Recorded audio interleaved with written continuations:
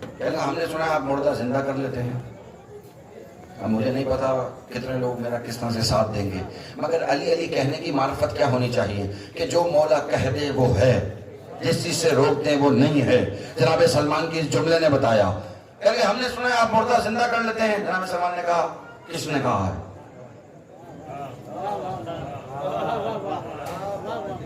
کیا کس نے کہا ہے؟ کیا علی نے کہا ہے. عزیزان محترم سلمان نے جناب سلمان کا جواب سنے. کہنے لگے کس نے کہا ہے؟ کہا مولا علی نے کہا ہے. کہا اگر علی نے کہا ہے تو کر لیتا ہوں گا.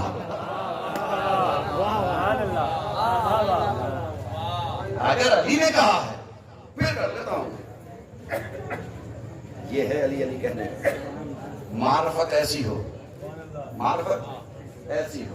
وہ دنیاوی شعر کچھ اور ہے، مگر معرفت ایسی عطا ہو کہ زمانہ بولے یہ ہے دیوانہ ہے حیدر اسے پتھر مارو. معرفت ایسی ہو تو مزہ آئے عزیزوں. کہا تو قبرستان چلیں؟ آ جاؤ چلے قبرستان. پریشان تو نہیں ہو رہے؟ اگر ہو رہے ہیں تو میں مسائل پہ آ جاؤں گا. آپ جی آپ سلامت رہیں. امام زمانہ کا تذکرہ، اس پہ کون پریشان ہوگا؟ امام زمانہ تو پریشانیوں سے نکالنے کا نام ہے. ہمارا تو عقیدہ یہی ہے جہاں پھنس جاؤ. کم از کم میں اپنی بات کروں گا، کسی کتاب کا حوالہ نہیں دے رہا جناب محترم، کیونکہ یہ کتابی باتیں نہیں ہیں، یہ عقیدے کی باتیں ہیں کہ جہاں پھنس جاؤ امام زمانہ کو امام زمانہ کا ہی واسطہ دو.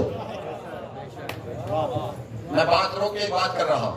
پہلے کو حسرت تھی. یاری کچھ حسرت کہاں؟ ہاں کیا حسرت ہے؟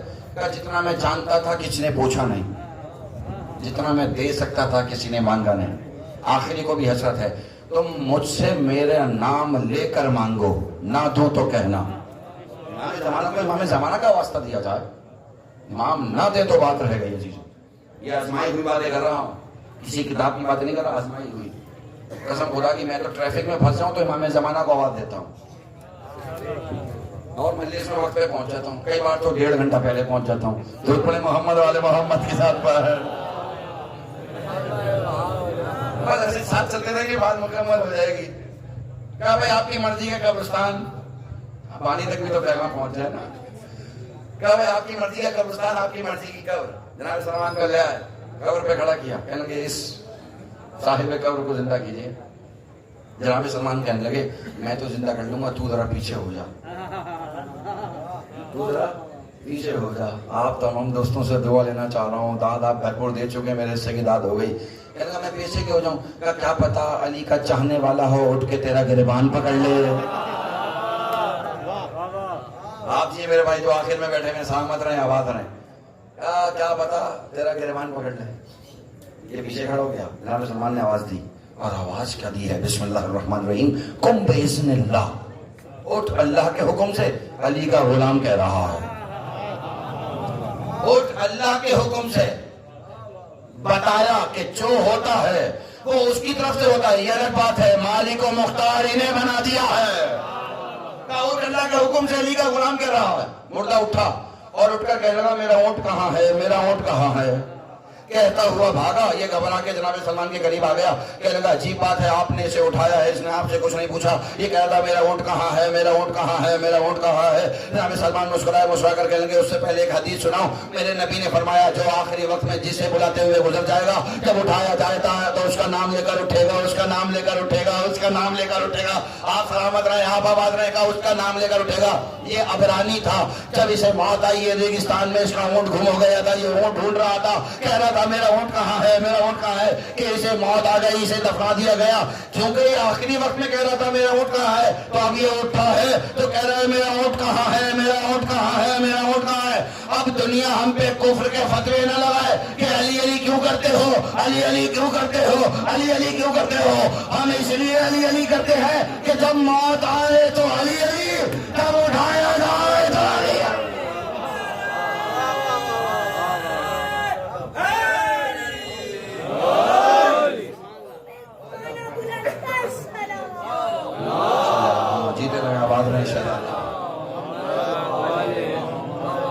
جب موت آئے تو علی علی، جب اٹھایا جائے تو علی علی. اسی لیے امام زمانہ کہہ رہے ہیں، فرما رہے ہیں میرے مولا پل پل بلاؤ، سانس سانس بلاؤ، اٹھتے بیٹھتے بلاؤ. کیوں؟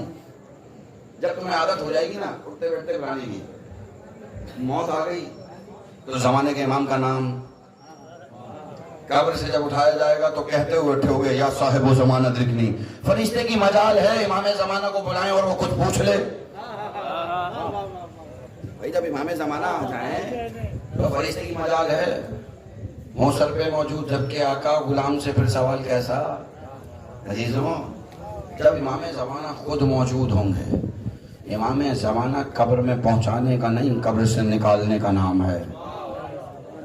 قبر سے نکالنے کا نام ہے کیونکہ زمانے کا امام ہے. اور یقین رکھیں، یقین جانیں، اگر امام زمانہ پہ یقین نہ ہو تو ساری عبادتیں فضول ہیں. ساری عبادتیں فضول. جو جون سی عبادت چاہا کر رہا ہے، اگر امام زمانہ پہ یقین نہیں ہے کہ امام مدد کریں گے یا نہیں، ساری عبادتیں فضول. امام زمانہ یعنی مانگو تو صحیح، بس بات تمام ہو گئی. دو واسطے ایسے ہیں جو امام زمانہ کبھی رد نہیں کرتے. دو واسطے. اور میں یہ آسمائی ہوئی بات کر رہا ہوں، اس لیے مسلسل کہہ رہا ہوں تاکہ ایک صاحب مجھے مسلسل جملے کی تکرار رہی ہے میری اکثر، اور ذکر امام زمانہ میں رہنی چاہیے. نواز شاہ میں ایسا پڑھ رہا تھا، روزانہ کی مجلس میں امام زمانہ کا تذکرہ ہوتا تھا. ایک صاحب کہنے لگے آپ امام زمانہ پڑھ رہے ہیں، آپ کا اشرا خراب ہو جائے گا. آپ کے لیے 10 منٹ میں دعوت نہیں ملتی نا، اس لیے کہہ رہے تھے. انتظامیہ سے تعلق تھا، مجھے بعد میں پتا چلا کہ آپ پیر پہ لے جاتے مجلس اور آخر میں امام زمانہ پہ آتے ہیں. تو امام زمانہ پڑھ رہے ہیں آپ کا اشرا خراب ہو جائے گا. میں نے کہا ہوتا ہے تو ہو جائے، میرا گزارا اشروں پہ نہیں ہے، امام زمانہ پہ ہے. کیا ہوگا؟ مجلسیں کم ہو جائیں گی؟ نہیں عزیزان محترم، میں نے تو یہ دیکھا جب سے امام زمانہ پڑھنا شروع کیا وقت ہی نہیں ہے. اللہ اکبر. اور اس بات کا ثبوت یہ کہ اس وقت آپ کے سامنے ہوں، ورنہ گھر میں ہوتا. یہ امام زمانہ کا اعزاز ہے. ایک بار لو لگا کے دیکھو، وہ اپنے ساتھ اتنا مصروف کر دیتے ہیں کسی اور کے قابل ہی نہیں چھوڑتے. کسی اور کے لیے فرصت ہی نہیں ہے. اور ہوگی بھی کیسے جب زمانے کے امام سے لو لگا لی. بس اپنے آپ کو امام کے لیے وقف کر دیا جائے. کس امام کے لیے؟ جو زمانے کا امام ہے. ایسے ہی ہیں، مجھے نہیں پتا کس برادر مومن کے بابر میں بیٹھے ہوئے، مگر یہ یقین ہے امام مجلس میں آتے ہیں کسی نہ کسی کے بابر میں بیٹھا. اسی لیے جو آنے والا ہے نا اسے ایسے دیکھو کہ عزادار حسین آیا. اس لیے اس کا احترام کرو کہ عزادار حسین آیا. حسین کا ماتمدار آیا. کیا پتا کس انسانی روپ میں امام زمانہ موجود ہو، ہمیں نہیں پتا. کوشش کرو اس فرض اعزاز سے کوئی ناراض نہ جائے. ہمیں نہیں پتا کون کس روپ میں آیا. ہم ان مجلسوں کے نوکر ہیں، مالک نہیں ہیں. ہمارا کام ہے مالکوں کی خدمت کرنا، مالکوں کے عزاداروں کی خدمت کرنا. خدا بانیان نے مجلس کی توفیقات خیر میں اضافہ فرمائے. جتنے یہاں لوگ تشریف فرمائے، میں تقریباً چہروں سے واقف ہوں. ہر شخص کوئی نہ کوئی کسی نہ کسی مجلس کا بانی ہے. ضروری نہیں ہے کہ مردوں کی مجلس ہوگی تو اس کا بانی ہوگا، خواتین کی مجلس ہے مگر بانی تو ہے نا. گھر میں مجلس ہو رہی ہے اور گھروں کی مجلس سے نہ چھوڑنا. وصیت سمجھو یا نصیحت عزیزوں، کیوں مجمع ہو یا نہ ہو، اکیلے ہوں مجلس کرو، خود سنو، خود پڑھو، خود گریہ کر لو. کیونکہ ہم نے تو سنا مجلس میں کوئی آئے یا نہ آئے مادر حسین آ جاتی. امام زمانہ کو 2 واسطے دیے جائیں، بس بات تمام ہو گئی. ایک واسطہ امام زمانہ کو ان کی والدہ گرامی کا دیا جائے، امام زمانہ رد نہیں کرتے. میرا خیال ہے کوئی بھی شریف آدمی امام کسی کو بھی اگر کسی کی بھی والدہ کا واسطہ دیا جائے نا کوئی رد نہیں کرتا. زمانے کا امام ہے، اگر امام زمانہ کو ان کی والدہ کا واسطہ دے کیسے رد کرے گا.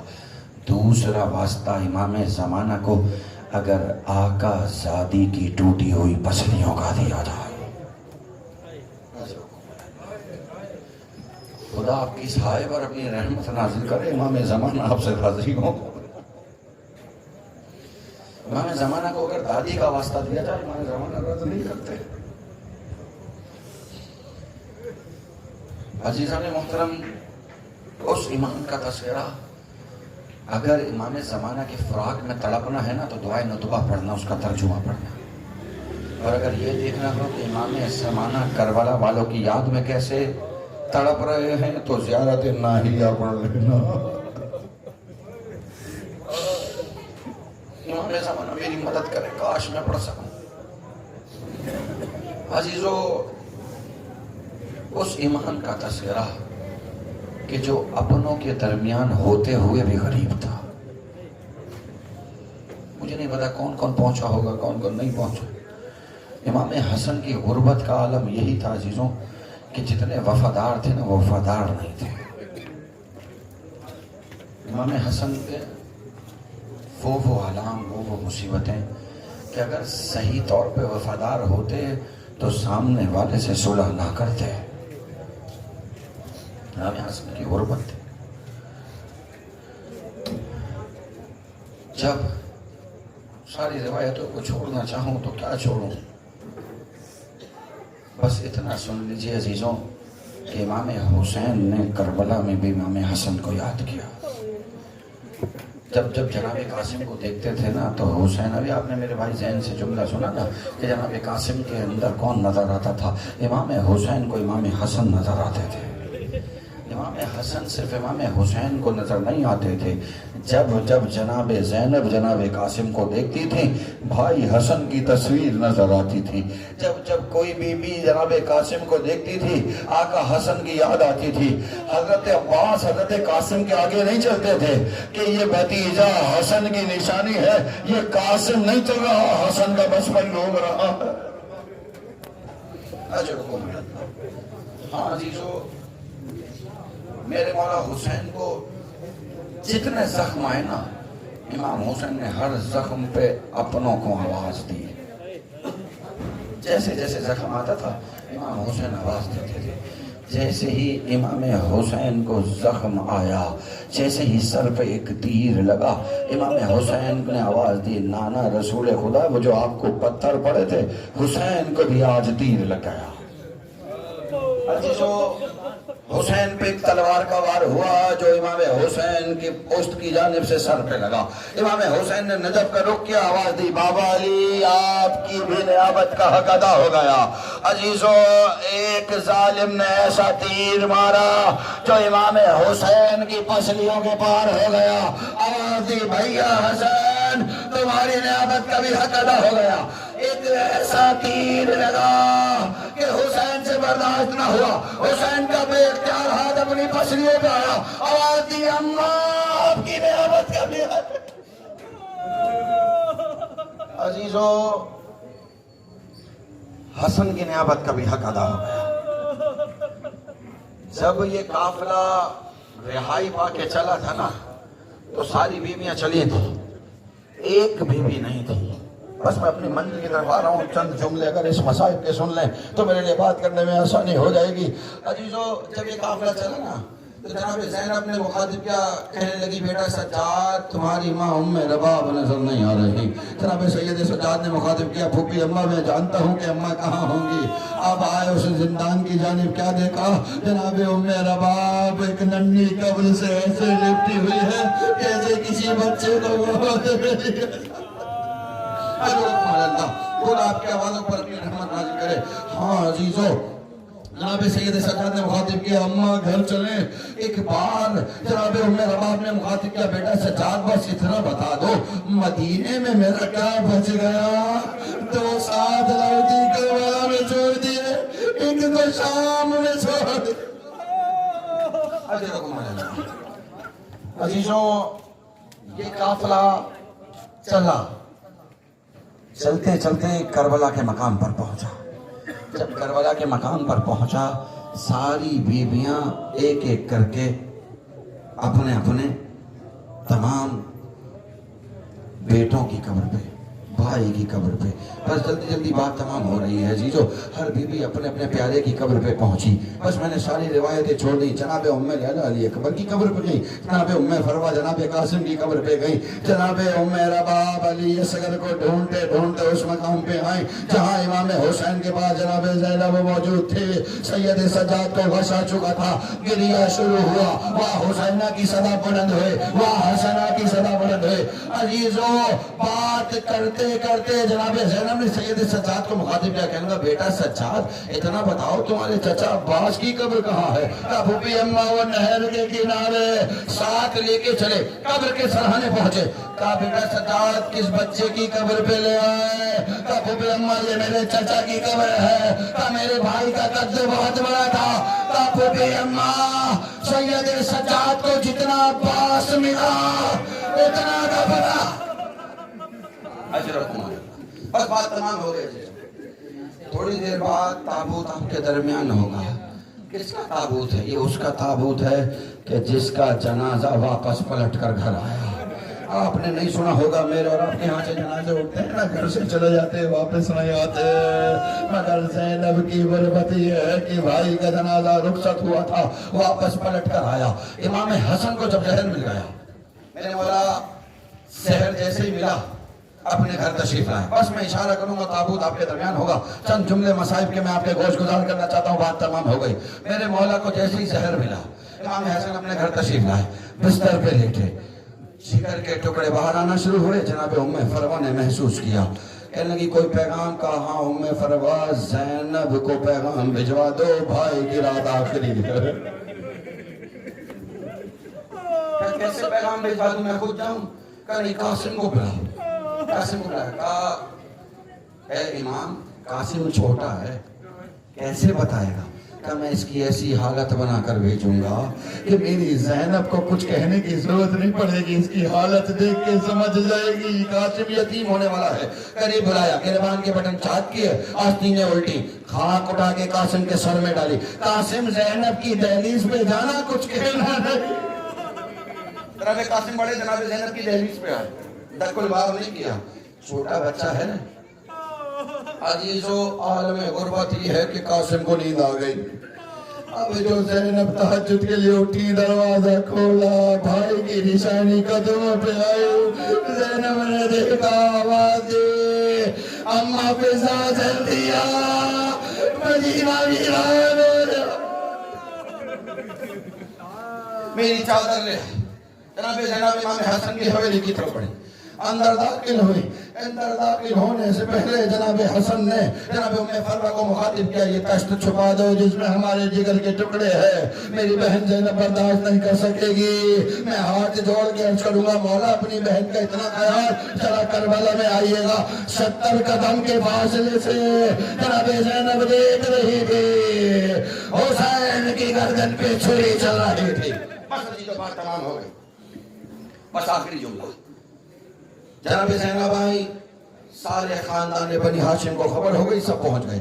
میرے مولا نے رموز امامت امام حسین کے سپرد کیے، وصیتیں شروع کی۔ وصیتیں کرتے کرتے جناب مولا حسین کو مخاطب کیا، کہنے لگے بھائی جب کربلا میں تم پہ کوئی برا وقت آ جائے ہماری طرف سے یہ قاسم کو قربانی پیش کر دینا۔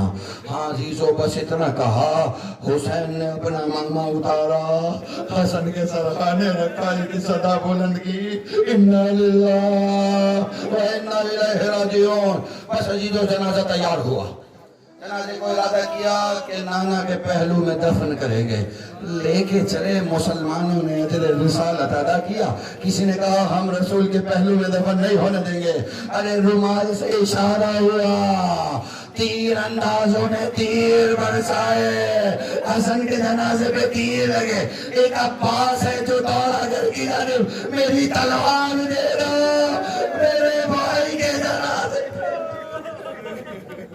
عزیزو جنازے پہ تیروں کا برسنا تھا۔ امام حسین نے آواز دی بھائی عباس صبر کرو، جنازہ واپس جائے گا۔ اہل بیت کی غربت یہ ہے، جنازہ گھر سے نکلا واپس گھر آیا، ارے جنازہ گھر آیا۔ جناب زینب ام کلثوم نے تیروں کو چننا شروع کیا، ایک ایک تیر نکالتی جاتی تھی، کہتی جاتی تھی واہ محمدہ واہ حسنہ۔ جناب زینب نے تیروں کو نکال کے جنازہ حوالے کیا۔ رات کو خواب میں اماں زہر آ گئی، زینب ایسے تیروں کو نکالتے ہیں، 2 تیر میں نے خود